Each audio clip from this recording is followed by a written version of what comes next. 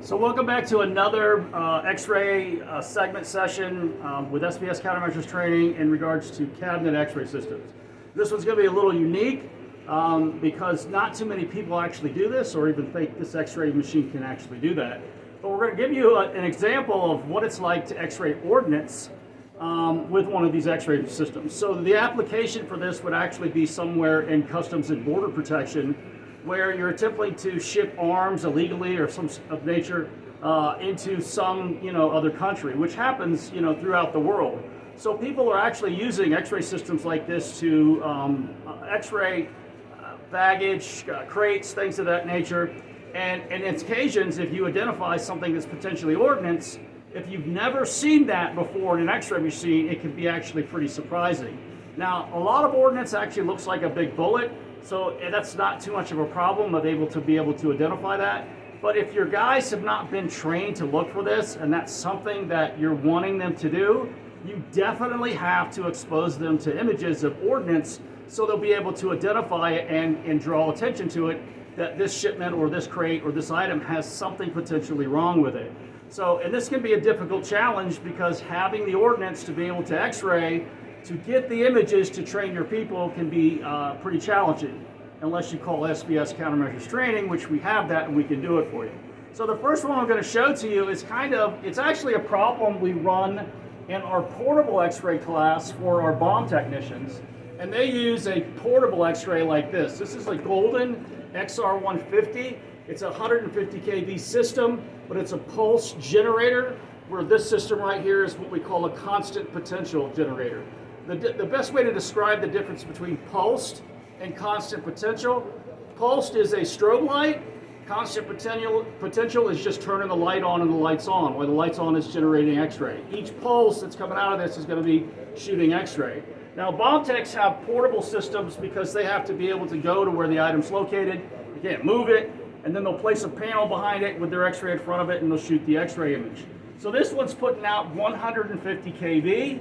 This X-ray system and most cabinet checkpoint X-ray systems are going to be on the average between 140 kV, or most of them now today are moving up to about 160 kV. So this is a 6046 SI X-ray machine. I actually got this on eBay for $1,400. It had all the bells and whistles, all the software, all the auto detection, tip, OTS, had everything on it.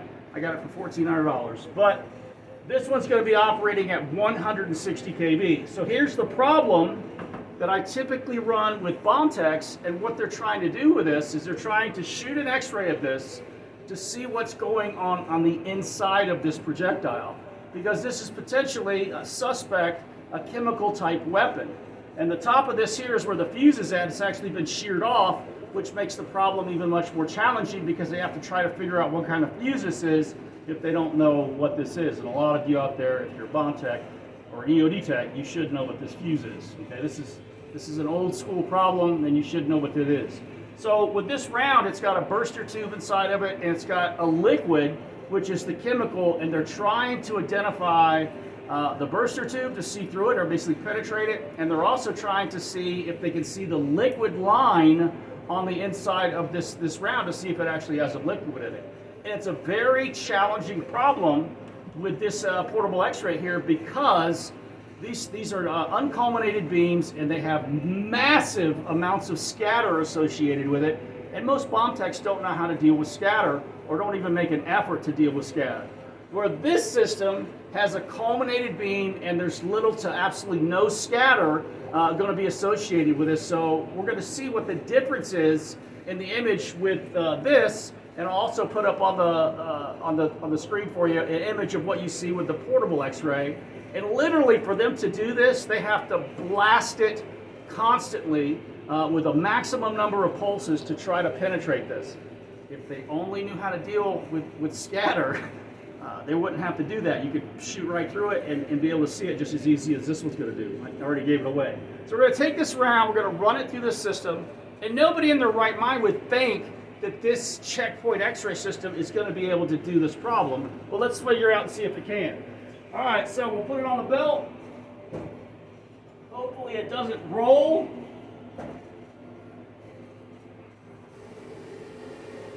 Run it through the X-ray. and see what we get. So the high density alert on this automatically alarmed and stopped it inside the tunnel. So you can use your automatic detection features to literally stop items inside the tunnel to make sure they don't come out the other side, especially if you're doing a people checkpoint. This is an excellent feature that Smith's Detection has, and I'm not sure of very many other vendors that have this.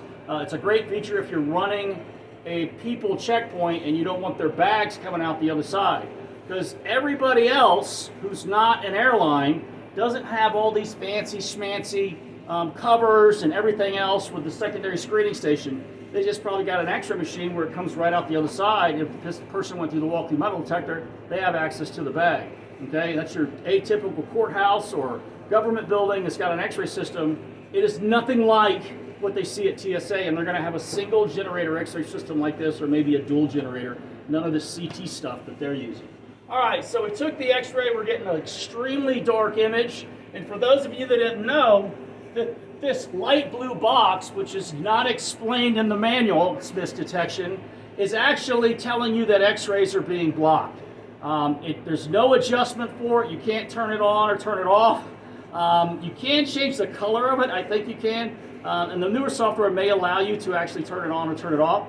But they don't really describe to you what this is and what it's actually telling you. But what it's telling you is the X-rays are not coming on the other side when they're shooting through the generator up to the detector panels in the system. It's not getting any energy, so that's why you get a black image like this. So it's not penetrating this item. And with the Smith's Detection X-ray system and all these cabinet systems, you have no way to try to increase the amount of X-ray that's being shot at it to potentially get more or better penetration. So your X-ray image is what it is. However, all X-rays like this do have what you call a high penetration capability, and that's typically a button that's going to be on your keyboard.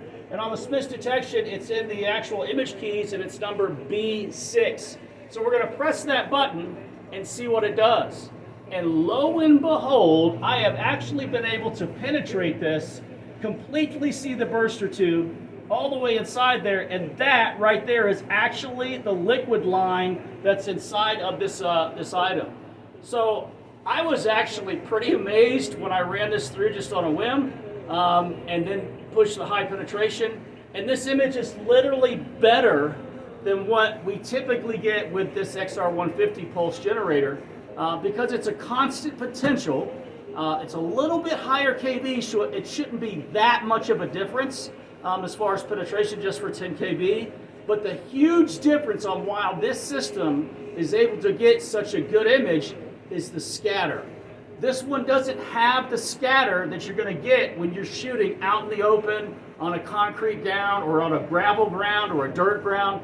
The amount of scatter and that massive amount of scatter is going to absolutely make your image much poorer with a portable system, and why they struggle so badly with these portable systems on trying to punch through something like this. When this system at 160 kV blew this one away, literally. And now what's amazing about this is that the bomb technicians have detector panels that have resolution that blows this machine away. Now all these cabinet X-ray systems, it's one of my biggest complaints about them, is they have very poor line pairs per millimeter resolution, and we're talking most of these are going to be about 1.0 or somewhere in that range. So what it means is you start zooming in and it starts pixelating and turns into a big pixel blobs.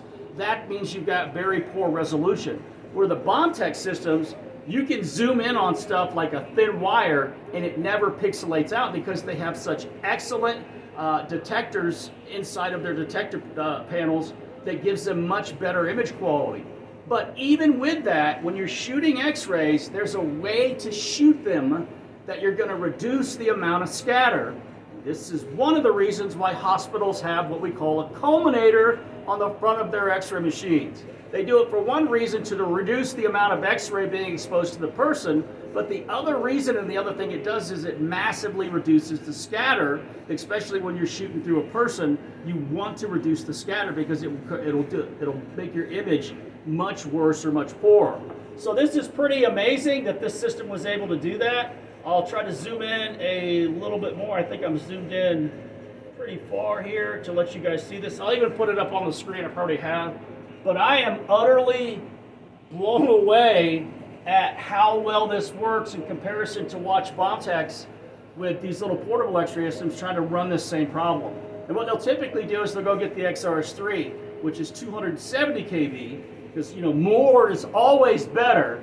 Okay, more is always better, and they'll just start shooting more X-ray at it, and still they it does work better, but you still don't get this with 160 kV. And the reason this one's able to do it is there's no scatter. Okay, you reduce the scatter, your image quality absolutely improves drastically. All right, so we're going to try another piece of ordnance for you. We'll go ahead and take a look at this next one, and we'll see if you can figure out what it is.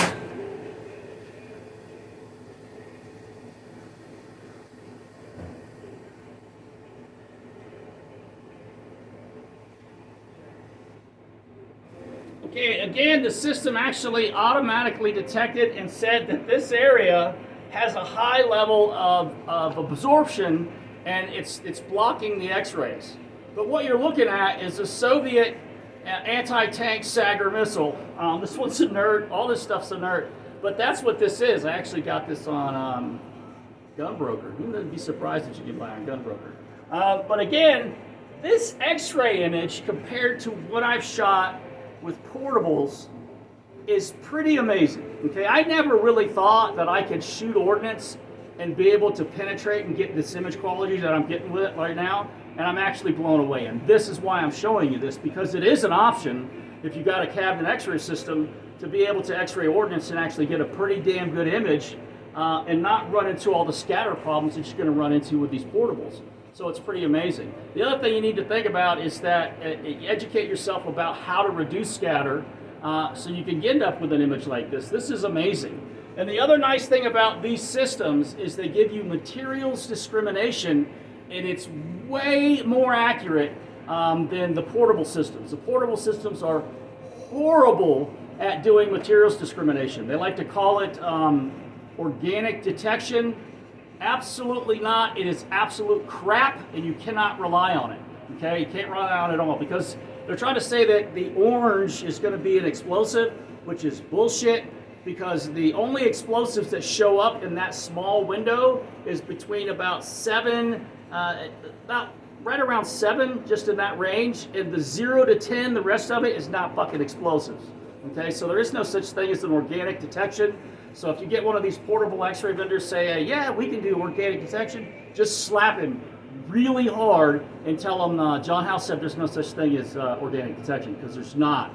There's a thing called materials discrimination. It's standardized based on the ratios, and when you see the color blue, you know that that is a metal. Okay, that's what it's telling you. It's pretty accurate. When you start seeing the color green, that's telling you it's an inorganic or mixed material, and this is actually the plastic that the Russians use. They call it like a Bakelite plastic on a lot of their ordnance. So really good, great image quality. Resolution isn't ideal, especially if you're looking at it from a bomb tech perspective, but if there was an explosive charge inside here, which would be up here where the cone and the warhead's going to be at, you would see a definite orange color to let you know that that explosive charge is inside there, which is another great capability of these cabinet X-ray systems. So don't think you can't X-ray ordnance with one of these cabinet X-ray systems, because you can.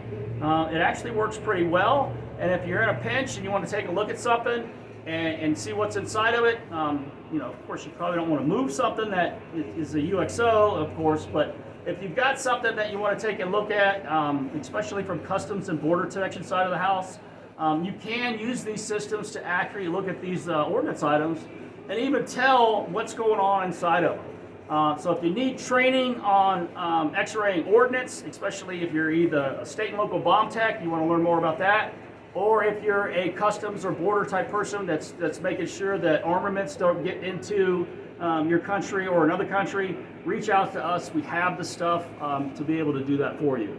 So I hope you enjoyed this quick lesson on X-ray ordnance with a cabinet X-ray system. Thanks.